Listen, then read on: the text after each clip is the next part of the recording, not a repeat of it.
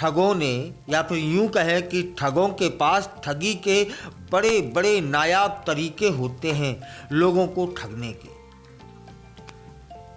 अब आपको जानकारी हो गई होगी, क्योंकि इतनी ठगी कर ली हैं इन लोगों ने देश में कि प्रचार प्रसार तो हो ही जाता है। व्हाट्सएप से भी ठगी होती है, व्हाट्सएप डीपी से भी ठगी होती है। एक बड़ी कंपनी के अधिकारी हैं, वे करोड़ों रुपए ठगी के शिकार हो गए हैं। जालसाजों ने व्हाट्सएप डीपी के माध्यम से रकम ऐंठ ली उनसे। तब फिर आपकी जिज्ञासा हो गई होगी ना कि कैसे, क्योंकि कहीं हम ना शिकार हो जाएं। शिकायत पहुंचती है पुलिस के पास, पुलिस जांच शुरू कर देती है। जालसाज ने कंपनी के एग्जीक्यूटिव डायरेक्टर की फोटो का इस्तेमाल किया था, इसलिए या इस कारण वह ठगी को अंजाम दे पाया। इसके बाद उसने कंपनी के कर्मचारियों से पैसे ट्रांसफर करने को कहता है। डीपी की वजह से, डीपी में कौन था? उस कंपनी का मैं एक डायरेक्टर, और वह कर्मचारियों को कहता है कि पैसे ट्रांसफर करो। डीपी पर उनका बॉस है तो कर्मचारियों को यकीन हो जाता है, लेकिन जब उसने वाउचर के लिए एग्जीक्यूटिव डायरेक्टर को फोन किया तो उनके पैरों तले जमीन खिसक गई। खराब इंटरनेट को बताया गया कारण धोखाधड़ी का शिकार हुई कंपनी इंजीनियरिंग और मशीन निर्माण से जुड़ी है।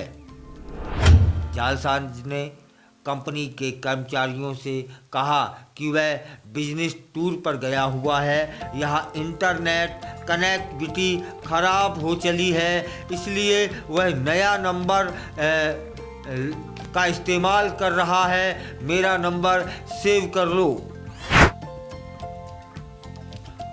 डीपी में एग्जीक्यूटिव डायरेक्टर की फोटो लगी हुई थी, लेकिन असल में वह जालसाज था। कर्मचारी यह बात समझ नहीं पा रहे थे और जालसाज पर भरोसा करके 4 करोड़ 40 लाख रुपए ट्रांसफर हो जाते हैं एक झटके में। ऐसा केस आया है।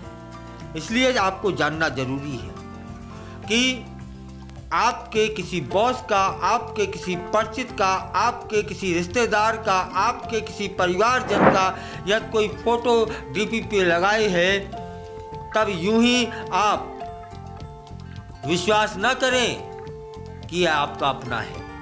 उस फोटो का दुरुपयोग भी हो सकता है, लोग कर रहे हैं।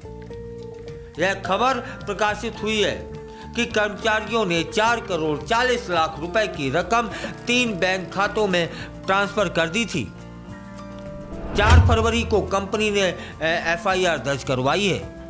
अब पुलिस मामले की जांच कर रही है। कर्मचारी को 7 जनवरी को व्हाट्सएप का मैसेज मिलता है। 7 जनवरी को क्या कि मैं ऐसी जगह हूं जहां नेट काम नहीं कर रहा है और आप मुझे पैसे भेज दें। एग्जीक्यूटिव डायरेक्टर के नाम से सेव करने को भी कहता है। इसके बाद कंपनी डायरेक्टर उन दिनों नई दिल्ली से अहमदाबाद की यात्रा पर थे। यह भी बात सच है। मतलब जालसाज ये जान लेते हैं, इतनी रैकी कर लेते हैं कि हम जिस व्यक्ति की डीपी का इस्तेमाल कर रहे हैं वो वास्तव में उस जगह है कि नहीं है। जब उनका कंपनी का डायरेक्टर उनकी कंपनी में नहीं था, वह यात्रा पे था, तो कर्मचारियों को भरोसा हो जाता है कि वाकई में हमारे बॉस को पैसों की आवश्यकता है और वह पैसे मंगवा रहे हैं। तब 3 खातों में रकम ट्रांसफर कर दी जाती है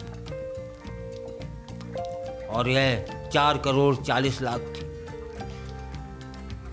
पहले एडवांस पेमेंट के नाम पर 2 करोड़ 6 लाख रुपए ट्रांसफर करवाई उसने। इसके बाद जालसाज ने 1 करोड़ 80 लाख रुपए ट्रांसफ़र करवाए, कर्मचारियों से मांगे। कर्मचारी ने भरोसे में यह रकम भी ट्रांसफ़र कर दी। रकम 2 अलग अलग खातों में भेजी गई थी और कुछ दिन के बाद कर्मचारी ने पेमेंट वाउचर को एग्जीक्यूटिव डायरेक्टर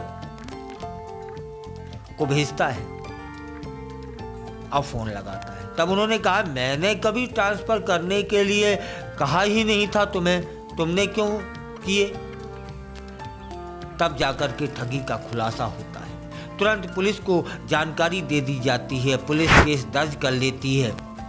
अगर कोई व्यक्ति सोशल मीडिया पर पैसे की मांग करता है तो सतर्क रहें।